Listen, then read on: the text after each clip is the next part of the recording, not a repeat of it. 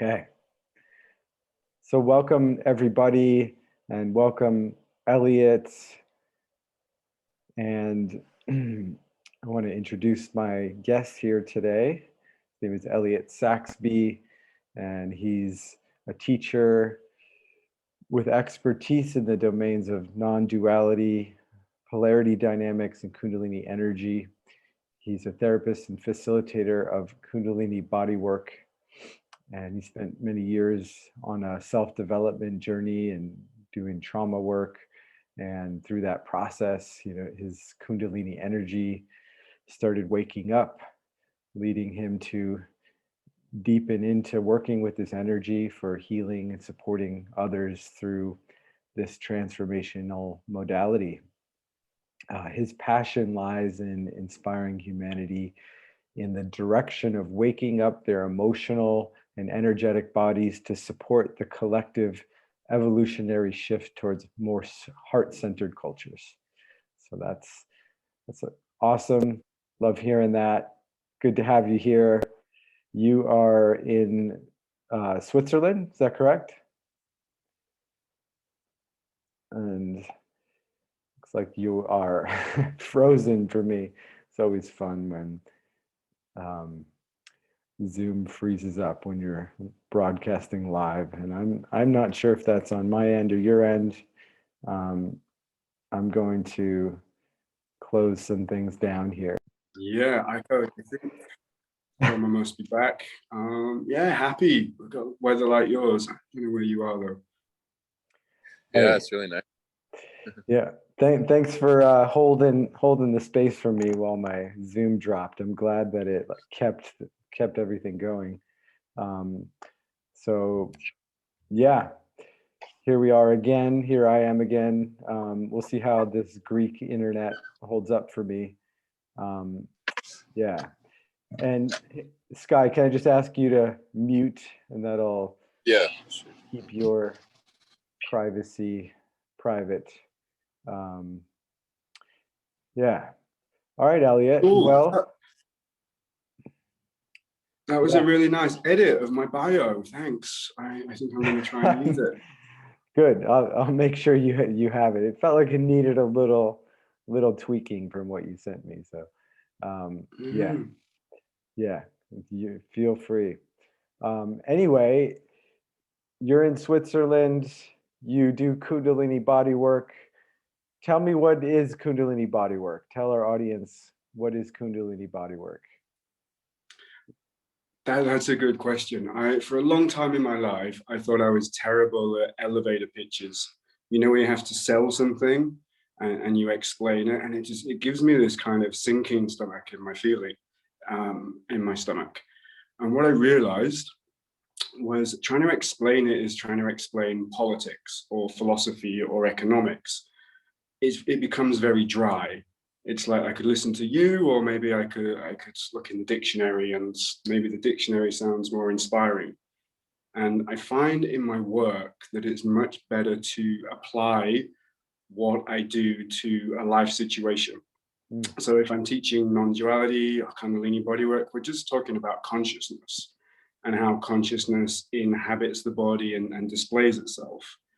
So just to say that this is what it is almost a disservice to what it is, because Kundalini is consciousness having the experience that we're having now, or that's our expression of life. So it's always better to apply it, I find, in therapy. Works very well. So my main job is as a therapist and as a teacher in workshops, but people are always bringing real life situations, if that's in the body, if that's trauma, if that's something that needs healing, or if that's looking at my own life and my journey as a human being. There's ways to explain what I do that can feel alive and feel helpful for somebody else. If I have to kind of find that definition somewhere, so Kundalini bodywork right now, there's an online course that takes you through a journey of self-healing, of self-transformation, but where a lot of practices they look to a lineage, or they try to say that this person or this master had an experience and they did a certain asana, or they were born into this family and this is the way to do it. But what I realized through my experience was consciousness is just coming into my body and it's trying to show me what reality really is, how the Maya works, how this illusion works. But that's individual to me. Mhm. Like my understanding wouldn't fit your understanding because you're in a different body with a different soul path, with different lessons to learn. So when we can each allow consciousness in to inhabit our body in a way that it breaks emotional blocks, societal blocks, and conditioning, I find I start to experience reality in a whole different way. And the beginning of that journey can almost be like a psychotic breakdown, like things start to fall to pieces, time doesn't make sense anymore. And through a lot of persistence, through not going back to sleep, not going like, oh yeah, no, that's crazy, I've found a way to sustain open-mindedness in a grounded everyday reality. And I find that's what I'm teaching. Mhm. Mm. Yeah. Yeah. Cool, man. I really I appreciate and respect the sort of hesitation to try to encapsulate an energy into, so a language that probably can only, you know, touch the surface of it. And I get that. I think I struggle with that a lot, even in talking about the work that I do. um, Mhm. and yeah, um, so what I'm taking away from what you shared is there's an energy, there's a sort of life force energy that is an energy of consciousness, and maybe there's like a intelligence to that energy, um, and if it's allowed to kind of do its work through the body, um, it sounds like it can clear emotional and energetic blocks, and um, maybe temporarily put somebody into a psychotic state, but inevitably, if allowed to run its course in its own intelligent way, that it actually maybe creates a little bit more grounding and alignment and awareness of relating to reality from a more clear, true place. That Yeah, exactly. What I found in daily life is the more I work with this energy and clear it out, I kind of see two paths in spirituality. One is that this place we live in is hell, and we just want to transcend as quickly as we can and clear our karma and not come back. And the more tantric path is trying to see that this is the gift. If it's heaven or hell, that's kind of up to us. And what consciousness is trying to do is run through our body so that we can create more fun, create more pleasure in this reality, in the matrix that we're in. And the energy has no specific way. Which way do you want to go? Do you want to become absolute oneness, just meditate and penetrate reality until your death or your ego death and you're at one with God? Or do you want to start to use that vibrance and that energy to create a beautiful dream? And in creating the beautiful dream, the reality, I found we have to start to be more comfortable with our desires. So desires play a huge part in the work that I do and what I teach, mm, especially in relation to shadow work. And the yeah. first step of that is first becoming comfortable with them and being like, well, if I didn't have desires, there'd be no consciousness. If consciousness was here, it wanted to experience separation. You wanted to experience yourself as that you're separate from me or somebody else. Now, the for me in my life, the key is maintaining that understanding while it's not like I know the bigger picture. I don't like to sit and live in this place of oneness, but I always kind of have a kind of an understanding of what my higher self or what my soul is doing and what's going on a higher abstraction where we're more connected, and how that is kind of filtering through. And in day-to-day life, it allows more emotion. So this work doesn't kind of numb you out. I think my joy and also my anger is kind of increased. But it's giving me the ability to not react, to go into kind of an observation space with positive and negative emotions, and see there's a raw primal life force in the emotion. And the emotion is a currency and it's energy, and we can't live in bliss, joy, pleasure. Nobody ever has to suffer. And like people like to, I think sometimes we like to imagine that could be possible, but the state of being human is experiencing positive and negative. And what the non-dual work does for me is it creates this observer perspective where I can have the emotion, but I don't need to get lost in it. And in that place of being in 2, 3 different places at the same time, I can disattach from the ego a lot less. So when we're doing this work and working with our intention, we're trying to come down to our negative desires, what we would judge as bad, such as violence or sexual perversion or greed, and these kind of energies, and to sort of to unpack them until they can simply become a polarity, the same as we work in electricity, and then we can start to let these energies dance together. Now, if that is an energy as two emotions or as thought or between yourself or somebody else, and the primarily Kundalini bodywork is trying to see life on this multi-dimensional level where all of these energies and perspectives are happening at once.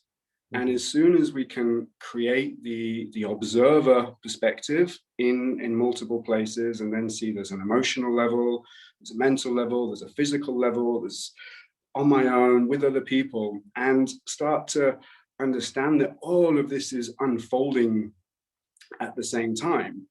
When we take the resistance away to what's happening or to what our desire is, because that's bad, I shouldn't do that, I shouldn't say that.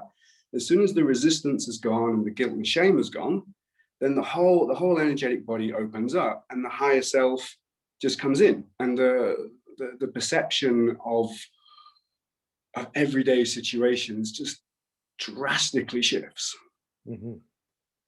Yeah. Yeah, that's interesting. So, I'd love to unpack that a little bit more, especially the piece around our desires, right? And the ways that we can judge them or resist them. I think around sexuality, that's a pretty common one for probably men and women. And so how would you work with that energy of desire in this context, right? Like, because there's I know for myself as a man, and I think a lot of men experience this, like there's sometimes it feels like there's like an insatiable sexual desire to, on like a primal biological level, like, I could sleep with every woman in the world if it were if it were available, right?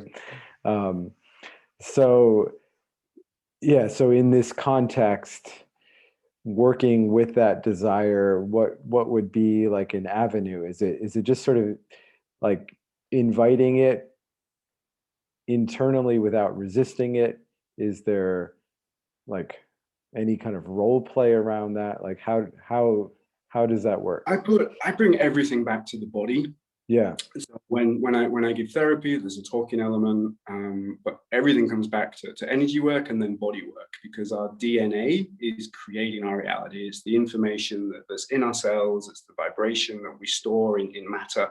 Light turns into matter, and whatever is in our body is creating the illusion, the maya around us. So as much as abstract and higher self and astral world and all of that, that's great, that's amazing, but I have to have a grounded experience and a sense in my body. Mm-hmm. And for looking at my sexuality and my shadow, Mm-hmm. I just relate that to my ejaculation. And in my own journey of trying to sense what's going on in my body, what makes me want to come, what makes me want to release that life force and die the small death, and especially when I'm with a woman. And what I've found on an emotional, energetic level is, for a lot of men, because we have violence and negative desires and this energy inside of us, when our chakras fill up, our energy centers, and it kind of raises to our body and it gets to our power center in our solar plexus, we let go. We throw that power away because there's a fear. On one level, there's a fear. If I bring that up and I have no resistance, then I express, exactly what you said. I just want to fuck every woman in the world and not care, and all that kind of animalistic violence comes out. So until we become at peace with that and create a level of trust within ourselves, we're going to ejaculate. We're going to throw our power away because our heart goes, I'm not safe. My body's not safe. My desire is not safe. Right. So in the shadow work that I do, it's first healing the body. It's working with the energy in the lower chakras. It's de-armoring the stomach, the sexual organs, and the whole body. But so many of our nasty emotions we suppress into our belly. So we learn a lot about how to work with our breath, but it's never just the breath. It's also the energetic body. It's also the desires. It's also sexual energy. We're always looking at 3 or 4 different places at once. And by not singling in on anything and saying, this is it now, this is the thing, because once we say that this is what we're looking at, consciousness is gone, because the mind is then trying to, I can control the situation. I know how the body works. So and often, I don't mean to contradict myself, but I'm always explaining the paradox of life and how that is showing up in our body because it's a constant. Yeah. So when we're looking at creating a non-dual state, I do that through de-armoring. And that's to take us to the point of pleasure and pain until it's kind of neutral and we can accept pleasure as much as we can accept pain. So it's not a pain that hurts us, but we create just a ground of non-resistance, of complete acceptance in the body. So I accept the good and I accept the bad. And once we create that, the body does that. The body goes like, oh, pain, I don't tense up. I don't resist. I don't say no. I can just take mild pain in. I can take mild pleasure in. And once we have non-resistance, then our vibration naturally just starts to rise. We create more bliss, joy, and pleasure. Energy flows through us because we've taken the resistance away. Yeah. Yeah, it makes sense. So there's like this, that sort of observer, and I'm relating this to my own work, in sort of a different context and framework, but cultivating that sort of capacity to witness an experience without reacting to it and making up a story about what it means or judging it as good or bad.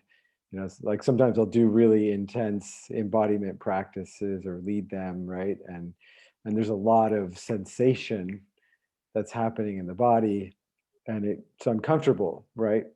And we can, resist the discomfort, and it often, the resistance kind of amplifies the discomfort, or it translates what is just energy or sensation into pain, or this is bad, I want to get away from this. And we can do that with anything in life, right?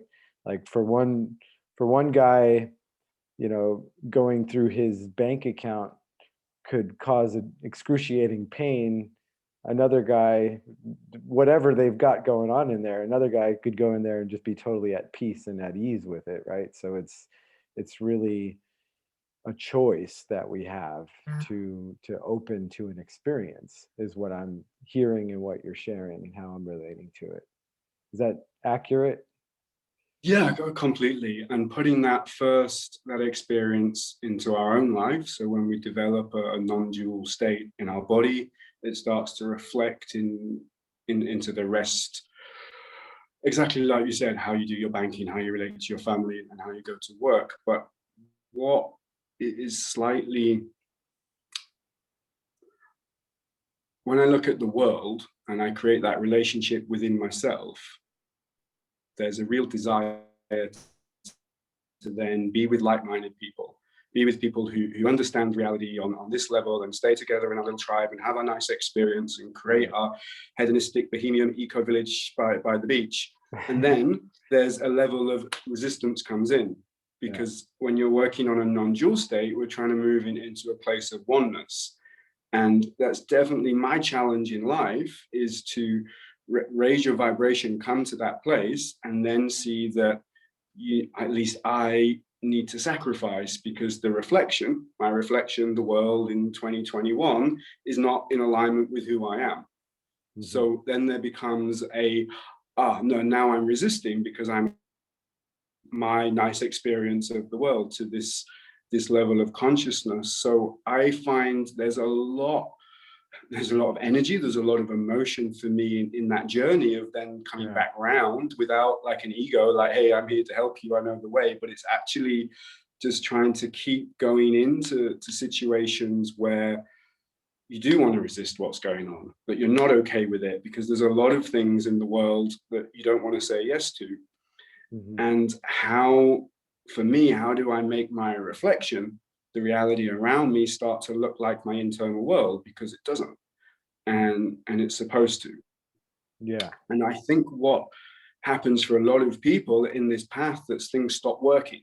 They have this spiritual experience, they do ayahuasca, things are great, and it kind of, their options narrow down, and then they're in a financial trap. I only want to be with these people by the beach, and energy kind of stops flowing, those spiritual experiences stop happening, and you have this kind of spiritual mind where somebody just repeats the knowledge that they heard, talks about the past experience, and there's kind of, for me at least, there's a cap on it, because there's a resistance to the rest of the world.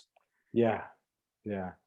This is great. I'm glad you're bringing this up, because I've definitely hit these walls myself in my own growth, and yeah, it is like I recognize that, and there's like, you can sort of be cracked open and see this, infinite, beautiful nature of existence, and then you go to wherever your least favorite place is in the world, like, downtown Manhattan or whatever. Some people love that, but for me, that wouldn't be fun in most cases. And so there's my work, right? There's my opportunity to love what is. And another way of putting this, and I use this term a lot, just on, in some of the embodied practices that I do, it's like training in this, being a yes to what is, being a yes to the discomfort, being a yes to the resistance, like being a yes to what's in front of you, what's inside of you, the internal, the external. I mean, the external sort of creates this internal reactivity, right? And can we say yes to it the way it is? Like, and I think this is a really juicy one in terms of relationships, right? Because this is a big place where resistance will often come up, like something, if we're in, like, a longer term relationship, and there's something that our partner is bringing that just we just want to be done with it or get over with it. Like maybe they're complaining about something and it's like, you know, I'm speaking a we, but I, you know, this is Sounds very personal. very personal. um, so yeah, and I noticed that, you know, the parts of me that are like, you know, let's just move on to the next thing.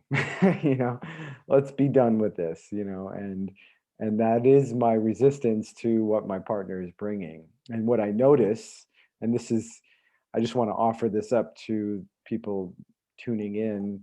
What I notice in myself, and you can try this in your own world, um, especially in a relational way. um, the moment that I say yes to the thing that I'm resisting or wanting to be done with, wanting to move on from, is often the moment that things shift and things open up. And the thing that I wanted to get through, I actually get through because I'm meeting it rather than Mm. trying to reject it. Yeah. I think there's 80-90% of the time what you're saying is the right answer, for me at least. But that paradox is there, that I have an ego. I'm a representation of consciousness in a body. So at some point, I need to stand for something. And I personally, I still have a lot of fight in me. So I Yeah. take all of those spiritual beliefs and everything you say, I agree with completely. But Yeah. you put me into most situations, I fight. I say, no, that's wrong. And I start to, yeah, arrogantly or will onto to my outer environment. And I think that that's the crux of living in a vibrational reflective reality, because if we Yeah. only accept everything that it is, we kind of go into this flow and then we all become the same, and Mm, that's not the point. So right. I think, and that's the shadow work, it's working out, where do I fight? Yeah. And sometimes the biggest gift I find I can give somebody is just to, just to make myself wrong, just to offer the resistance or the polarity, to argue with somebody even when I agree with them, because I know that they'll go a few steps further and they'll realize something beautiful. And Mm, often playing with the shadow or playing the bad guy is the nicest thing we can do in order to expand what's there, because the conflict, it's kind of what we want. right. Yeah. That's good. Yeah.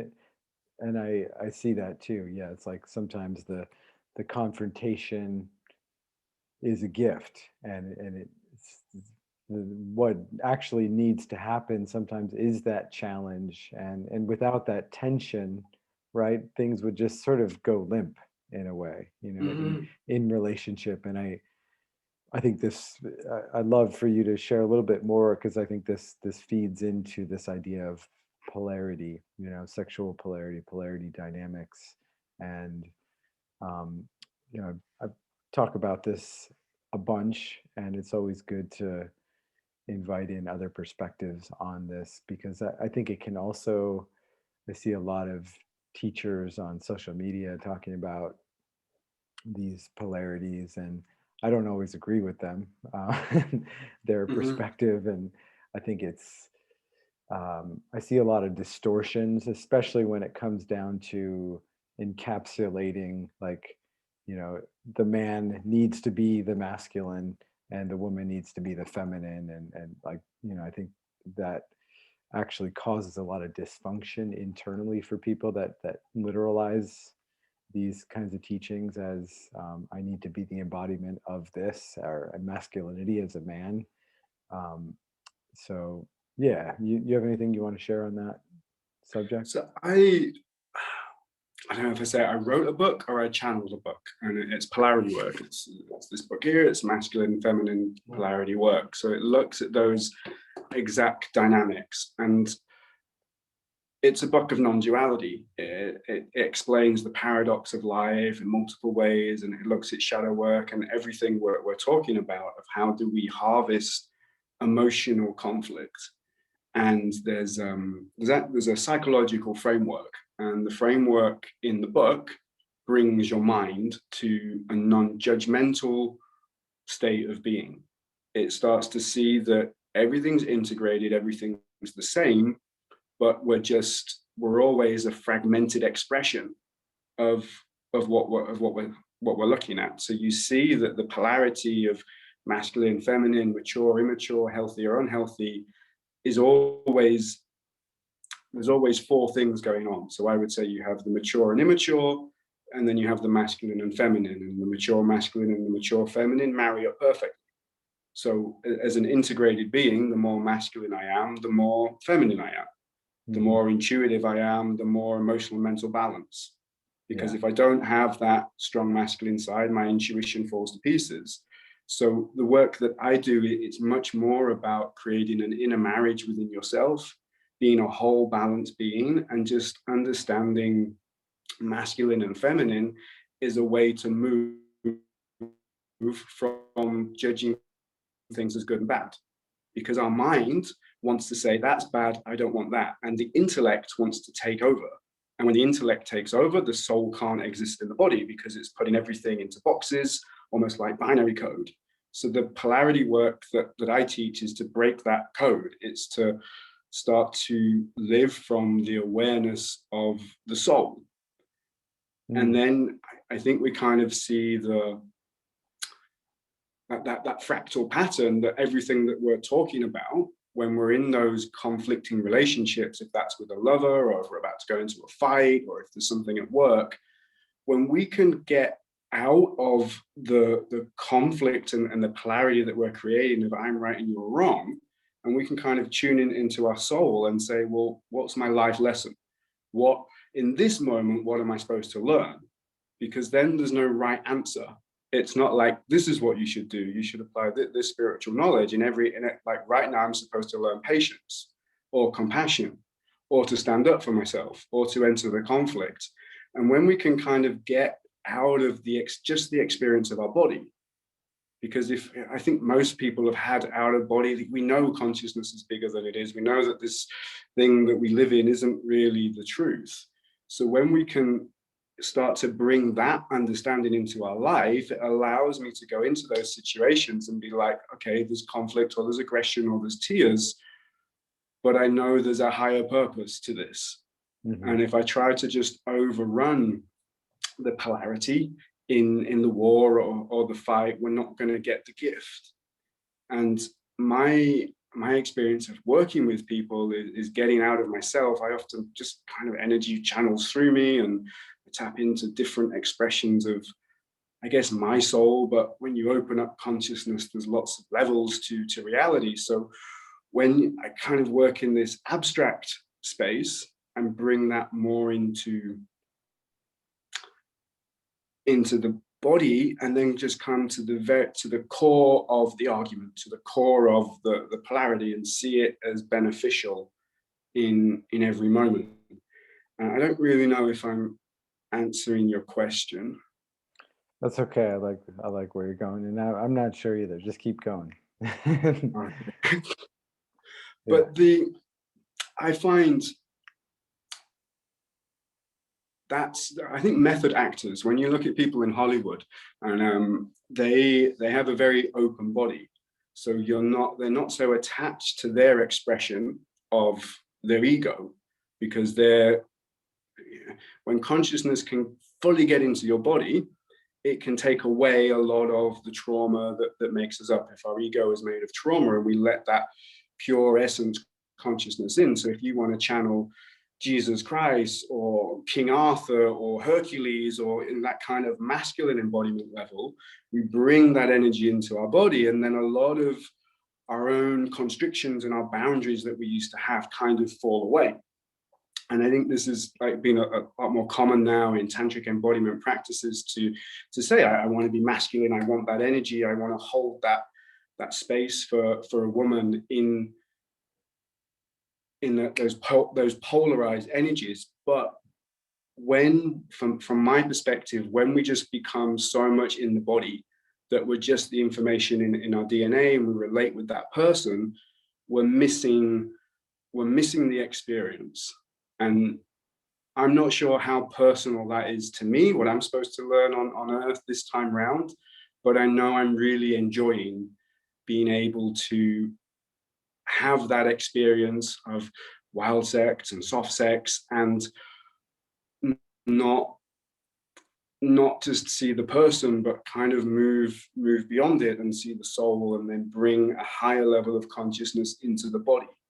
And by always having these experiences where it's then a higher level of consciousness into the body, and then I can ground that into my, my lowest moments. We all have bad days, or at least I do, when I don't want to get out of bed, I don't want to see people, I just kind of go into my own stuff. But when I can keep that level and kind of come out of that dip, that dark night of the soul, whatever you want to call it, then the baseline, the base vibration in the body is of a new consciousness.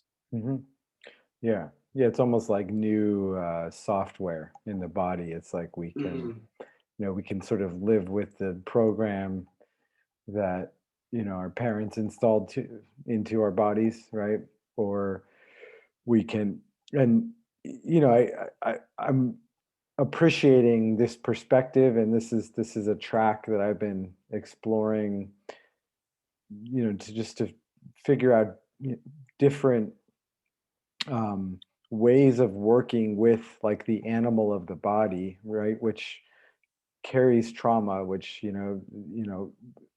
has all these experiences that happened in our early developmental years, like in the cells and in the ways that we're holding ourselves physically.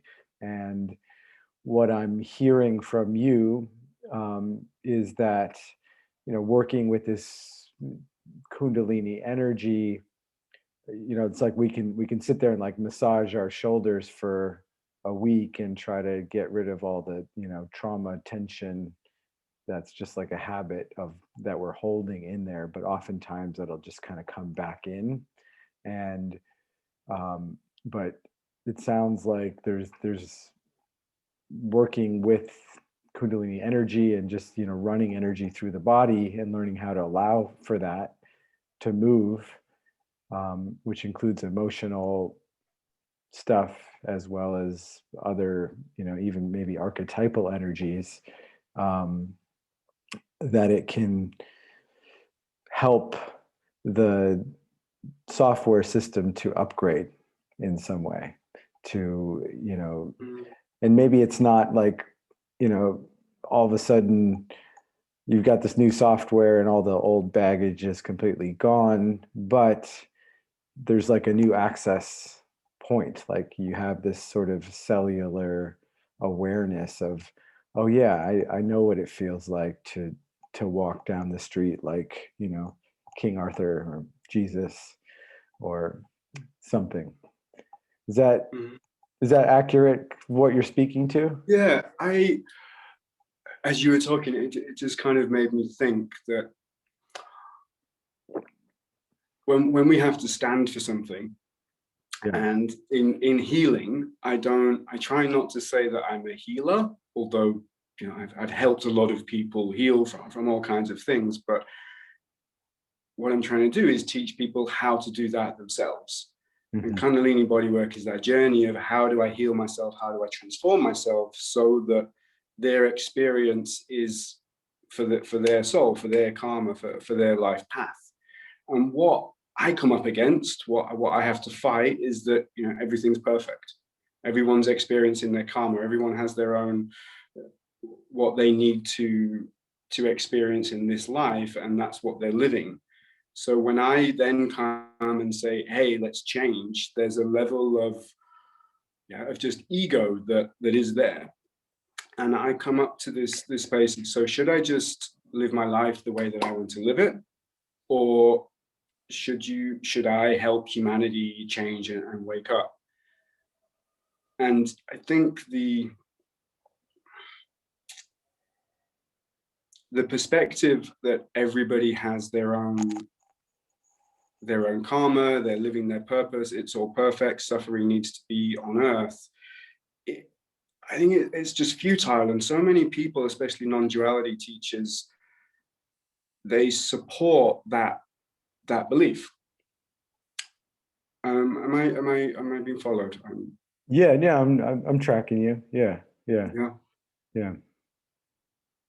So I noticed in my life that my past was very different. North of England, heroin, crime, a lot of completely different space of poverty. And now I live in Zurich, and I have a beautiful life because I've changed my vibration, and I've done that work. And what I'm trying to create is a program that can take people at their worst. So, rejected society, couldn't find a job. Where I came from, there's fish factories. If you're not got rich parents, you're not going to make a lot of money. So you're either choosing a life of crime or you're choosing minimum wage. So a lot of the intelligent people obviously go for the life of crime. They go, okay, well, this reality isn't fair. This sucks. And that's not something that pays back very well. And it's quite a degenerative cycle. But I don't believe that those people are bad. It's just the way society plays out. It's the area that they grew up in. So what I'm trying to formulate through Cunneling Bodywork is something so simple but so powerful that anybody could apply it to take a homeless person who's off drugs and not drinking anymore, and then completely change their vibration, like a whole brand new DNA rewire, and then you'll come back on society on this level of embodying Jesus and Hercules and King Arthur and that kind of embodiment level. So I don't know how achievable that is in this moment, and I don't feel very articulate when I talk about it, because I don't say it's new, but I have hesitation in myself, like, is that possible? And that's always where my edge is. So it's maybe not the best thing to talk about during an interview, but I find that I have the most energy for, is that possible? Yeah. I mean, hearing you talk about it, like I tend to be pretty open, and I, based on my own experiences, like I sense that it's possible, and oftentimes possibility, what is possible is limited by what we believe is possible, right? To some extent. Maybe we could even fly at some point in our bodies, right? If we really believed it. But in the meantime, just working with like some grounded sense of our, biological capacity, like what I've noticed in my own experience, just doing different types of, I've done Kundalini yoga myself for many years, and I just did a training around sexuality and working through shame and shadow work, and so anytime we're working with these energies, like a lot can shift, a lot can move, and um and I think there's, I guess my only sort of disbelief around that possibility is, as much as like my idealistic mind wants to believe, like I'd love to see us all walking around like gods and kings and queens, right? Um, and maybe one day that will be true, but isn't it part of the duality of human nature and existence that as much as we tap into and acknowledge our divine self, our spiritual self, in some ways we may always be stuck with these kind of traumatized, wounded, animal parts, and what I integrate into my work is the recognition that, even if these things are still here, and I guess it is a bit of a non-dual perspective, is like they're beautiful, right? Like they're sacred, they're here for a reason.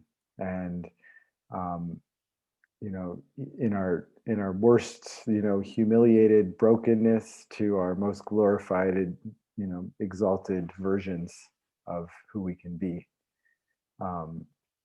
So, but I guess what you're saying is like, can we become like, can you create a body of work that is a modality that really on just on a more practical level, like takes somebody sort of mired in that existence of bleakness, on a experiential level, like, a life of crime or drug addiction or whatever we want to call it, right? That they can actually make some tangible shifts in reality to start shaping their lives to reflect more of that, you know, whatever you want to call Yeah, it, higher exactly. vibrational way of being or something. Yeah. And I think there's just the danger in taking a non-dual path or a spiritual path that leads us into a place of non-action, that kind of says it's okay that they're criminals and Right. Yeah. drug because I'm not resisting anything. And this, for me, this is where the shadow work is so important, and that I don't let go of that rebellious bit or that egoic kind of, no, this soul incarnated in this body, and I'm going to change things. And I think that energy, that kind of mature masculine that just pushes forward and says, no, I don't accept the way the world is. I'm going to change the world. This is a reflection of me. So I'm going to change myself, and I'm going to change that out of place. And what following spirituality to its entirety does, at least this is where I am now in my life. I might change my mind one day, but I go Yeah. like, no, that creates a horrible world. That's not what consciousness wants to do. And Yeah. that's why we're always dancing into this place of conflict. When I was, I think in my early 20s, I lived in eco villages, and I kind of went into Buddhism and had a whole sustainable place, which is when I was getting off drugs and drinking and all of that kind of stuff. And then I thought I was going to have a career in politics, and I was really doing well in conflict resolution and governance. And then as I had more spiritual experiences, I had this moment, and I was like, oh, reality is this multi-dimensional, multifaceted place. We're not all living in the same timeline, and we don't always live in the same place at once. And here am I want to change the economy, but all these people have their life path and their karma, and it's kind of planned. And it just kind of completely dropped me out. And I went to India. I did a Vipassana. I went to India and did tantric yoga, and was just like, okay, no, I can't change the world. That's not what I'm supposed to do. Yeah. And now I'm kind of coming through just kind of a full circle and trying to see, well, where is the balance Hmm. in that? Because I'm not supposed to be completely passive and do nothing, but I shouldn't be so arrogant to think that I know what's best for another person. Yeah. I totally resonate with kind of what you're wrestling with, and it makes a lot of sense. It's like, yeah, because there is this like sense of, if you're really, on some spiritual level, like the sort of accepting of what is, like there's sort of a non-action, like, oh, life is just what it is, and let's just go with it. Let's go with the flow, right? Mm-hmm. Um, and maybe if we were going to sort of define these qualities, maybe that would be more of like a feminine perspective or way of being, right? And then the masculine is no more like, no, like I'm clear about what's true for me. I'm going to cut through this. I'm going to have direction. I know what I want, and I know what I'm here to build and create.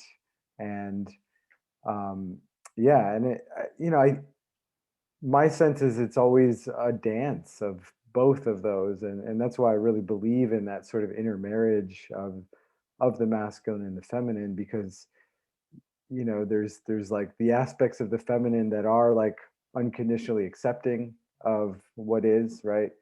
um and then there's the aspects of the feminine energy that are like the oracle, right? This sort of intuitive sensing of what needs to happen, or what life is asking of us, the sort of big heart or the larger consciousness is calling forward. And that's, I guess that's the track that I'm on, is like really tuning my antenna to that. What does life want to move through this body, being, vessel, soul, right? And can I clear my own personal channels enough and clear my own mental chatter and emotional baggage from the past enough that I can be a vehicle for consciousness to take action in the world. And Yeah. that's what I'm trying to do.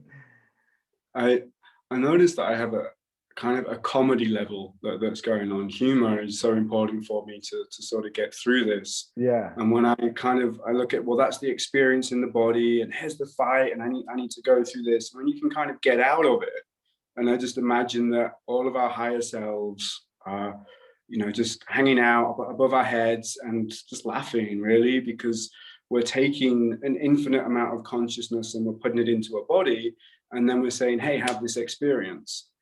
And if we get out of the matrix, the illusion to say, oh, none of this has a purpose.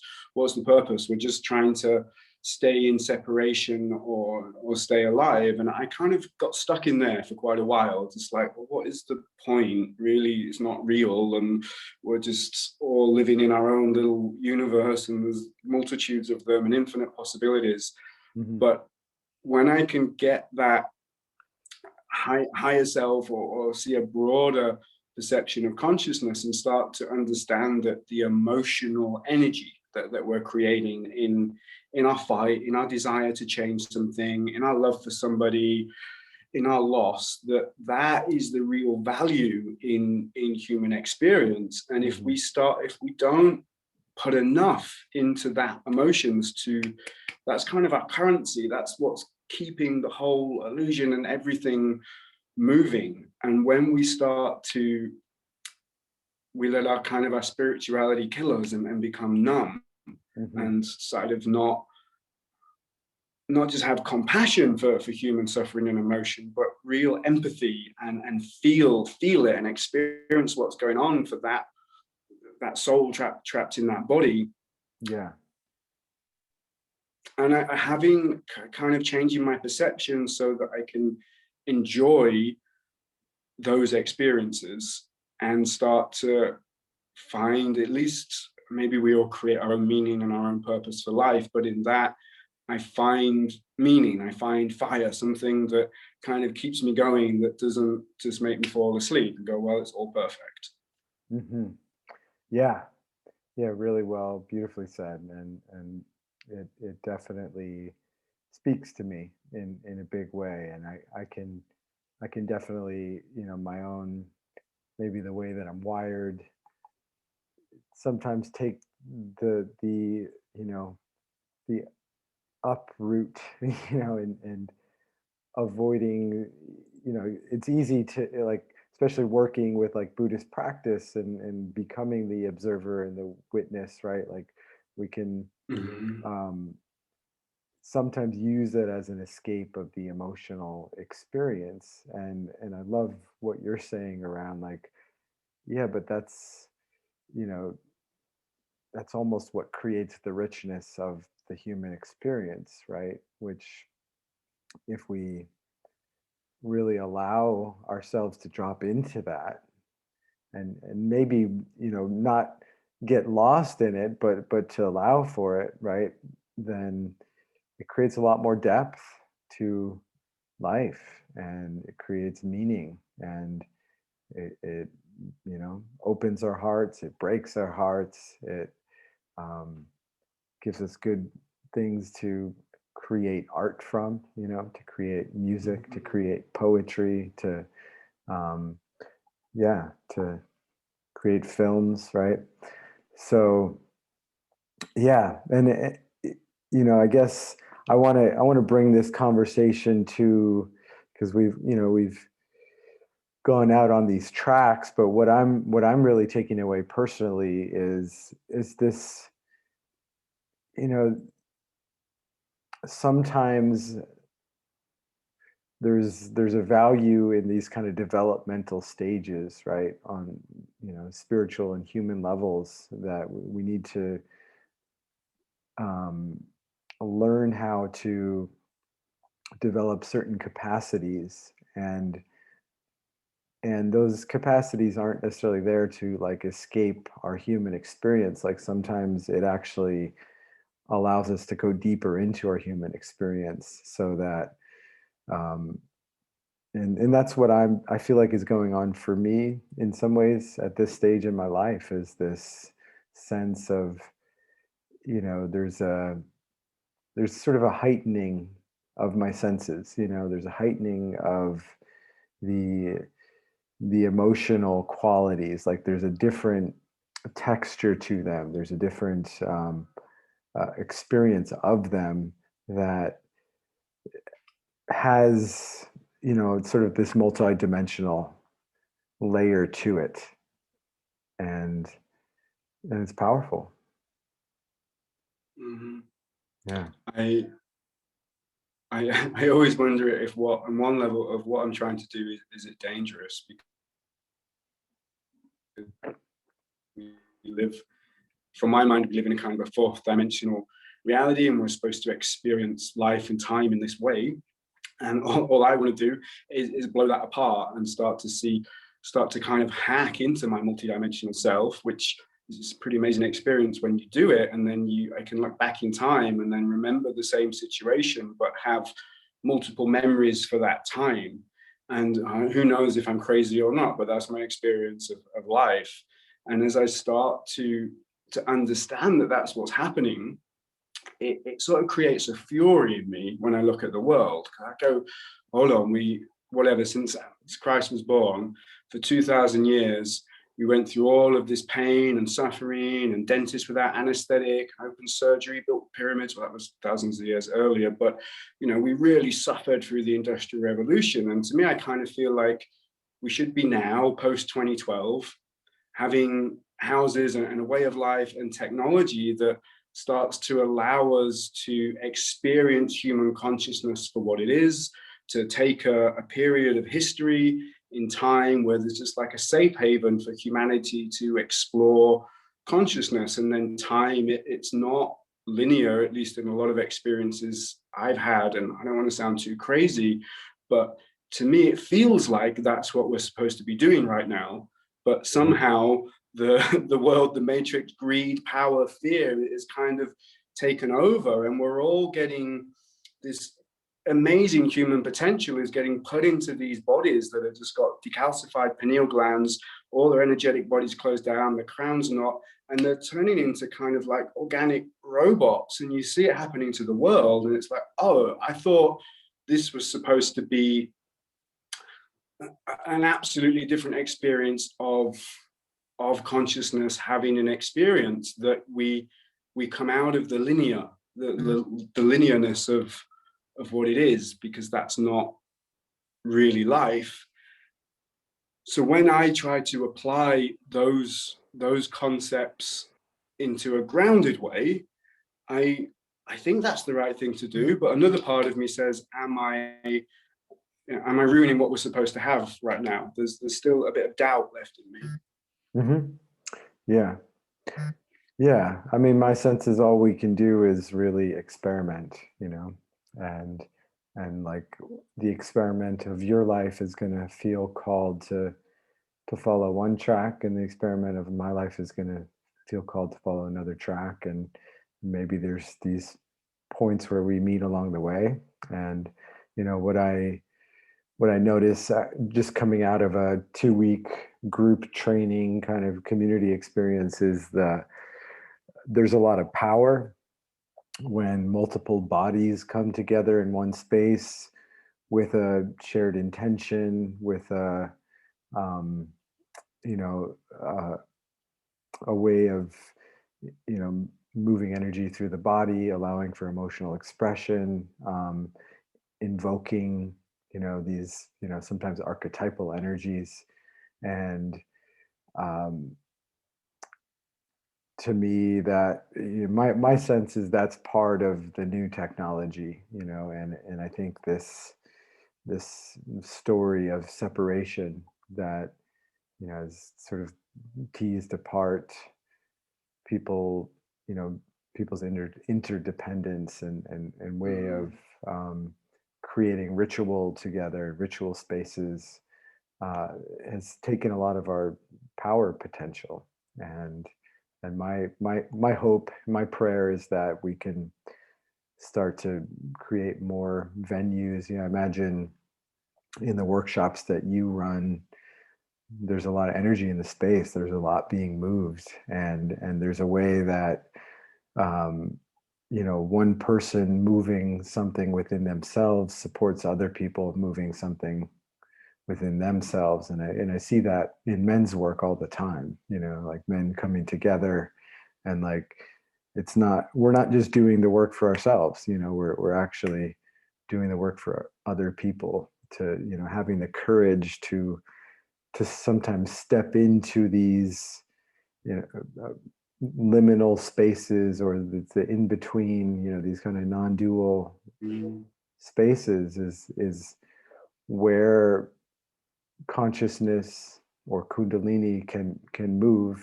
and create some of the transformation or new paradigms.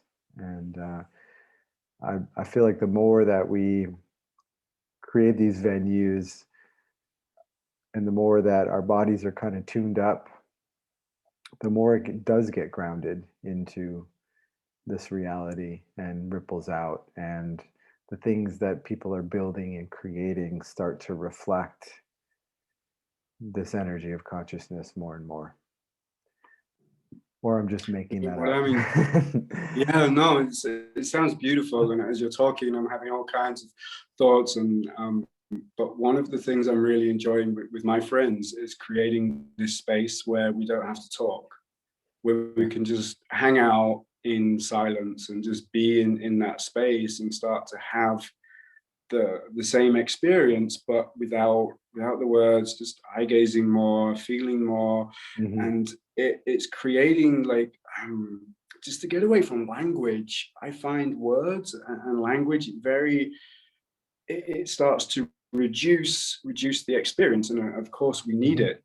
Yeah. But in any of those like small social experiments that we can create, that just lets us get out of the box in temple space, and exactly as you were saying, and in in the hacking the multiverse, or whatever we want to call it, I find there's such beauty in those moments when I can look into somebody's eyes and I sort of remember being them, and then remember the experience, and there's this sort of reflective moment, and consciousness opens up, and I just sort of see that it's layers on layers and layers, and what is always affecting how I experience the situation is my perception and my vibration.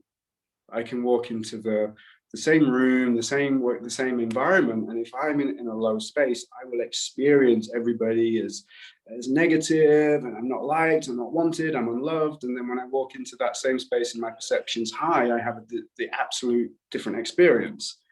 Now, if I take that, and that, I think that's quite common now. We all understand the law of vibration. And since the film The Secret, that's just a normal way of being for most people. So if you think of fractal patterns in the universe and how they play out, and then when we add that to a higher level of abstraction, I find there's something beautiful in there that keeps me engaged, that wants me to go back to experience a situation again. Yeah, absolutely. Yeah, so what I want to do at this point in our conversation is, so um, I've got a couple of guys in the tribe Zoom room with us, and what we usually do is turn off the Facebook Live and just open it up for the gentlemen in the community, which actually you're a member of, and see what's here, see if there's questions that are present that want to be answered, and potentially even leading any kind of exercise that you might want to offer. Before we do that, I just want to give you a chance to share anything, any promotional stuff around your work to the Facebook world. Yeah. Cool. Yeah, thank you. So I just go to my website. I'm not the best at selling myself. I don't feel like spirituality or Kundalini is something that should be sold and promoted as a hard sell. And at the same time, we have to say what we do. So if you go to my Instagram, Elliot Saxby, or my website, elliottsaxby.com or kundalinibodywork.com, and there's a ton of stuff on there. There's free videos and blog posts. There's an online course you can sign up to. We've got workshops and trainings in August in Zurich, and the plan over the next year or so is to train more people up as practitioners. So it's a combination of, it's called Kundalini bodywork, but it's using de-armoring techniques, so physical body work as well as energetic work, so understanding the aura, the chakra system. And then we apply the polarity framework from my book, which is a state of non-dual therapy. It's completely for the mind. It's very in the head. So people that are very, very mental love this model, this framework, because it turns spirituality into a map. And we kind of bring these things together with shadow work, which turns into a holistic practice for people to heal and transform themselves. So exactly as I'm talking, it's a multi-dimensional approach. And it's not like a set thing that you go through steps, but they're very loose frameworks and concepts. And hopefully there's going to be more people that have finished the practitioner training with me. And yeah, well, again, it's going to grow, but we will see how. And you're really welcome to come check me out and maybe join. Yeah, awesome. Thanks for sharing that. I actually got a couple of friends in, I think in Geneva, so I'll have to pass them along your information. So yeah, appreciate that.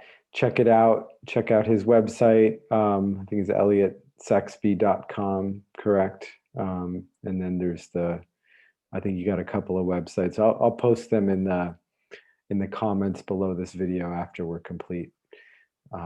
Thanks for tuning in, everybody, and we'll see you next time.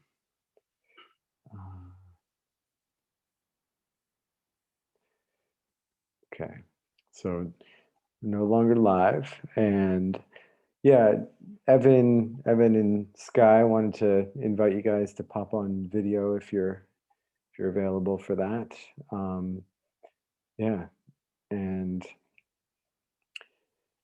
I want to open up space if you guys have anything you want to bring, anything that sparked some curiosity for you in this conversation. Also, I'm curious, Elliot, too, like if there's, like I said earlier, I don't know if there's any kind of experiential thing you can offer live, on Zoom, but that's a possibility here too. But before we do that, just checking in with these guys. How you all doing?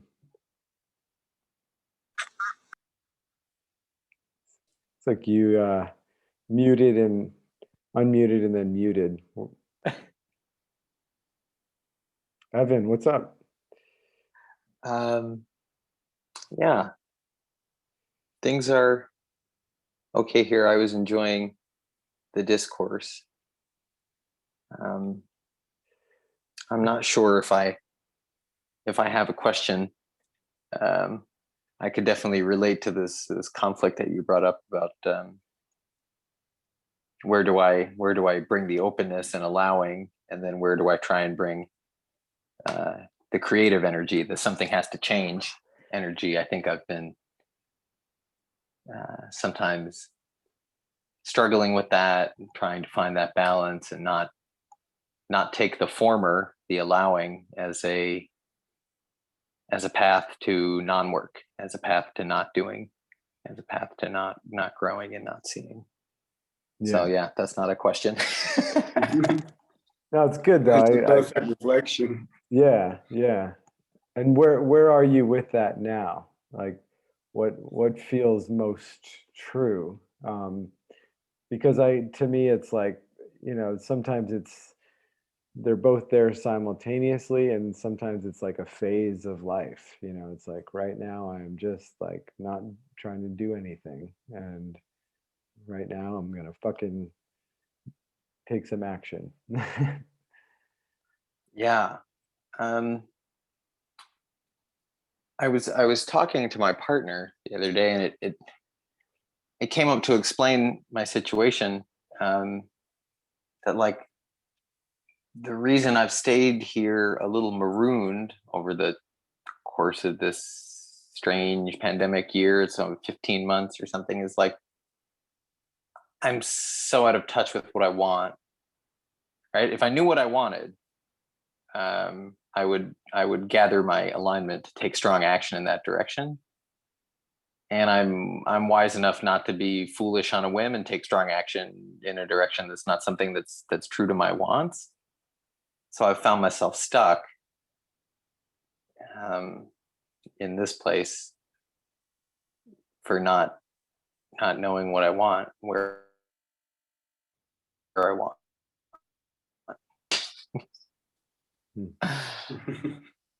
Yeah. When I work with people and they would talk exactly like you've done, what I would teach is to change your breathing. Because when we take short, shallow breaths and the mind's stuck and the mind's like, here's the problem, this is the thing. And when we can use our breath to go deep into the belly, and when we take long breaths, we feel more. So every time you're thinking the thing that I want or I don't, and you have a short breath, it means you only feel for 3 seconds, because you're only breathing for 3 seconds and then you stop and then you think. So when those moments come and you can just drop all the way down into your lingam, your cock, your perineum, and have those long breaths, you get the emotion for 10, 12 seconds. And in that emotion, there's all the information of what you want. There might be a lot of anger and resistance and all these things first, but by changing the way we breathe, we change the information that's in our body, because our mind is just a little bit scared. It wants to control. So we're just going through past experience and thought. And when we can drop all the way into the body, then we can feel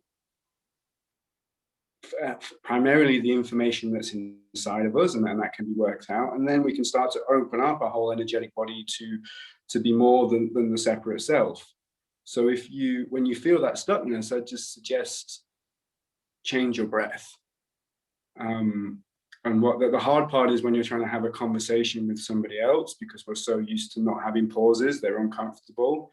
But I think in a different way of being with people is learning just to give somebody a lot of space to drop into their emotion and then carry on the conversation. So becoming comfortable with really long pauses is great. Thank you for that offering, Elliot. You're really welcome. How does that land for you, Evan? Yeah, I mean that resonates with me. I know that when I first started doing this work so many years ago, it was to discover how chest breathing I was. Almost never, like the abdomen didn't do it, the diaphragm, I mean, didn't function at all. But I still find myself noticing how shallow I'm breathing frequently and rapid the heartbeat is frequently, and how the moments when I get to a calmer, slower, deeper place are rare and short-lived. So that's a nice intention I can bring to breath work. Yeah. Can I invite you just for the next 15 minutes or so of this call to, we'll see where we go. I don't know where we're going to go, but just to bring that deeper breath. And even as like your mind might be trying to track what we're talking about and kind of paying attention on this sort of mind level, but my invitation is to just be with the breath and be with the experiential layer, even if the mind isn't grasping everything, just to see as an experiment. Yeah. Yeah. Yeah. And I just want to add one more thing, and I'm just kind of curious in this experiment, because this is what I notice in group dynamics is,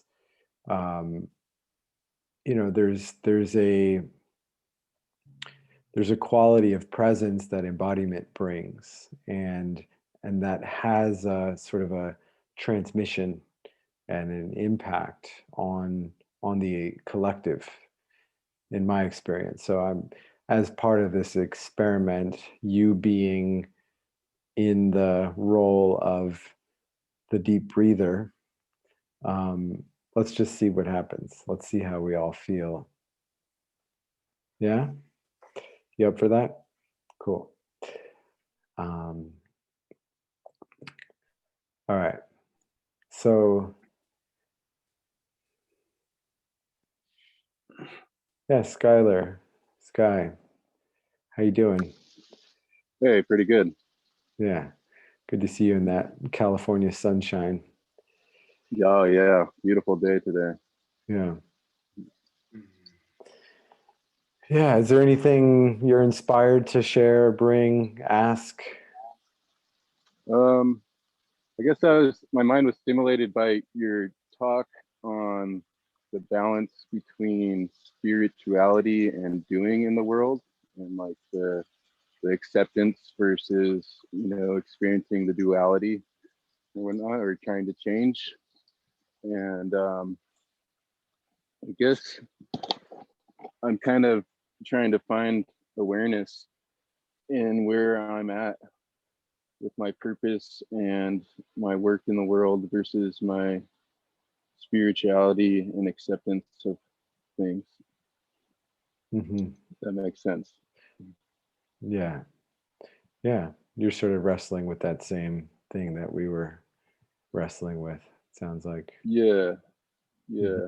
I was just listening to a book about Buckminster Fuller, and kind of the author's perspective was his biggest folly was being too much of a doer, and kind of having this idealism about how the world should work, and the solution to all our problems, but not having that like spirituality to accept the fact that one way isn't the way for everyone. Mm-hmm. Mm. Yeah. Mm. I love his geodesic domes, though. That's the guy who started making the geodesic Mm-hmm. dome buildings, and he had some good ideas, though. I would have given him a bit more power to push them in the world. Be living in a happier place. Mm-hmm.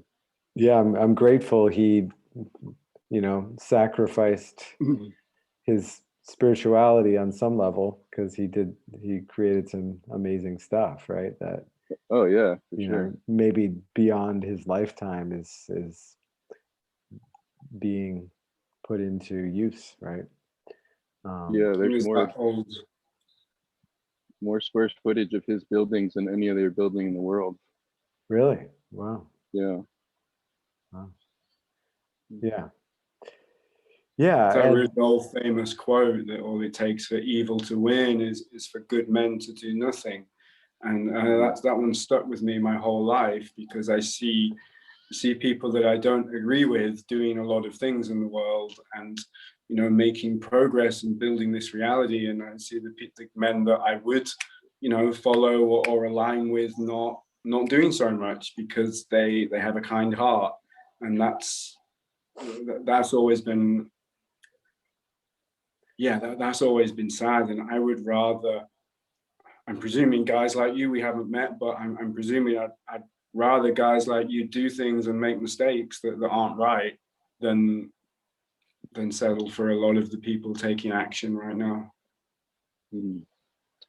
Yeah, I guess I just feel like I'm kind of stuck in this mode of action, And whereas when I was in my early 20s, I kind of can relate to how you were talking, like I was really diving deep into spirituality, tons of meditation, tons of alone time in nature and experience with psychedelics. And, you know, I got to a few points where it's just like, okay, this is it. You know, I can just live out in the forest, you know, and be an aesthetic or whatever and live out this life. But there's always that constant like draw, you know, coming back to like wanting to raise a family and heal the earth and, you know, do all this kind of physical work, physical experience.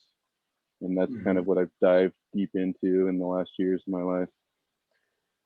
Yeah. Yeah. I mean, it's such a beautiful topic to explore. And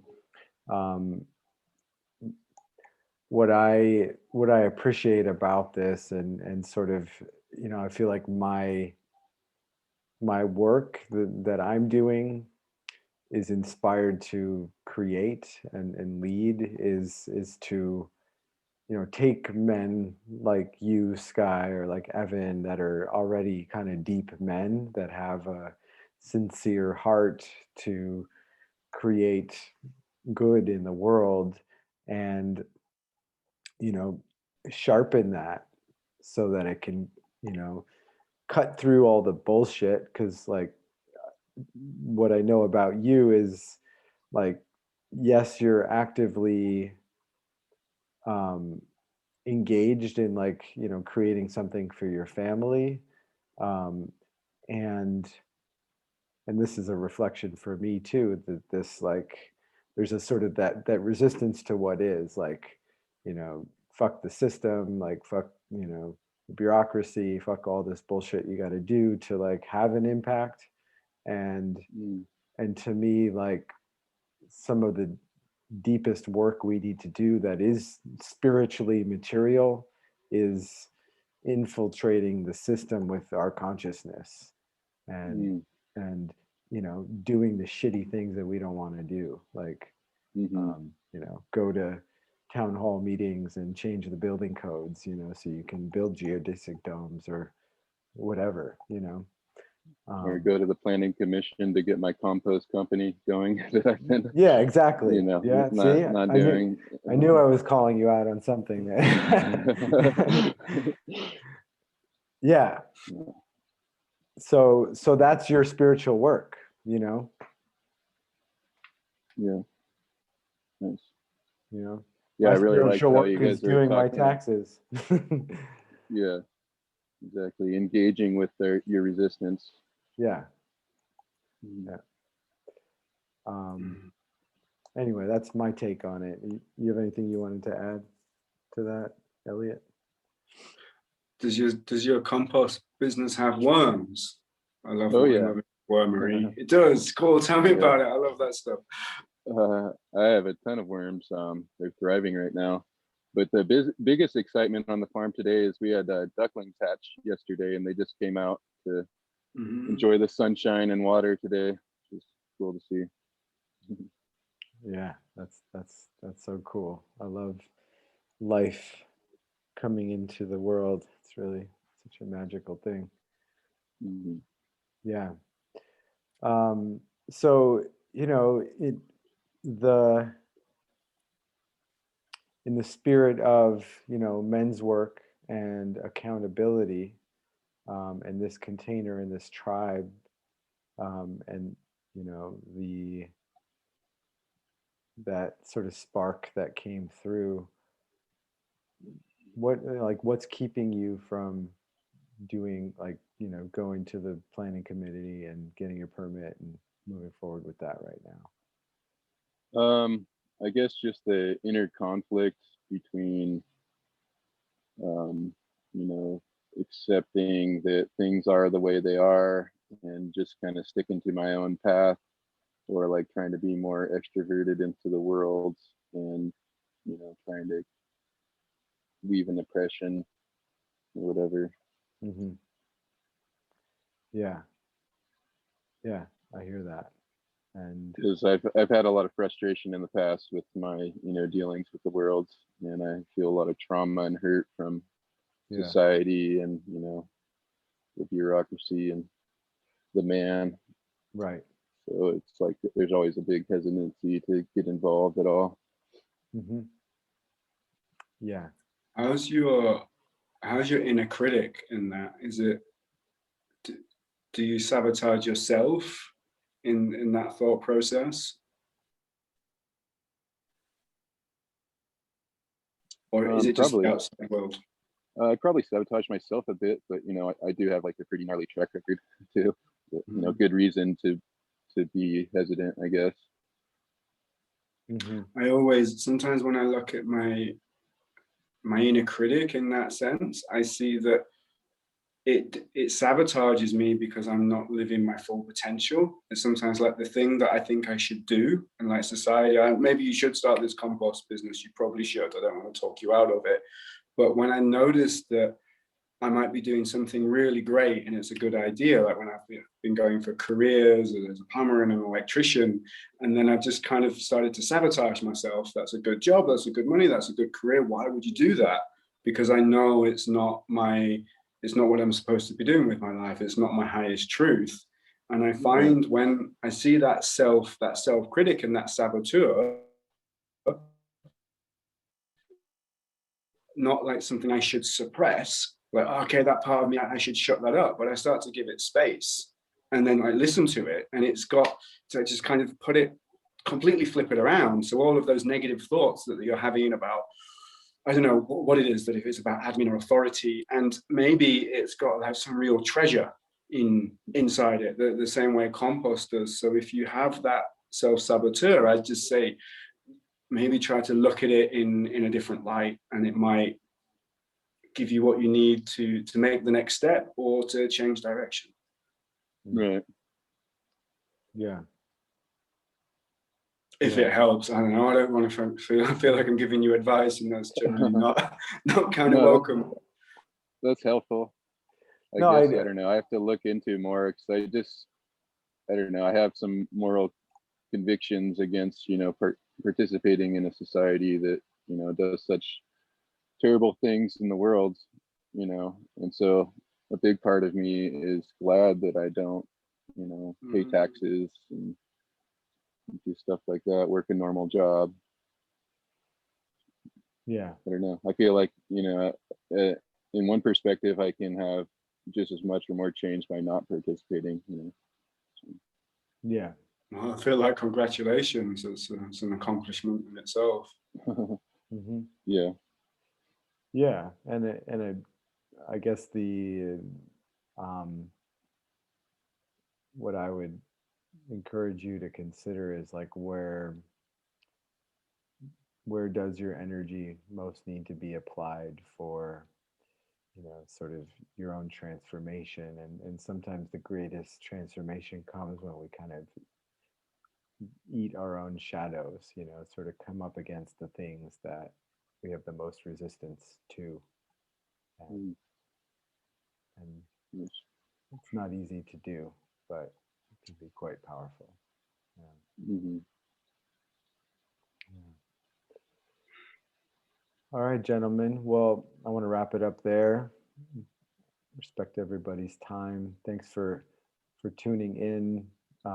Elliot, really grateful for this conversation. Really enjoyed where we went, and um, yeah, I'm excited for you to create this new transformational modality whenever it's ready, if that's what life is asking of you. And in Sky, I am excited for you to choose whatever you choose, whether it's, you know, going to fill out a bunch of paperwork or saying fuck you system. And Evan, yeah, thanks for jumping on. Appreciate you just being a witness and holding that embodied breath space for the last little bit. Yeah, thank you for putting this all together. Yeah, you guys enjoy the rest of your day or evening, whatever time zone you're on, and see you next time. Been a pleasure. Really enjoyed it. Thank you. Yeah. Hey, thanks a lot, guys. Talk to y'all soon. All right. Bye.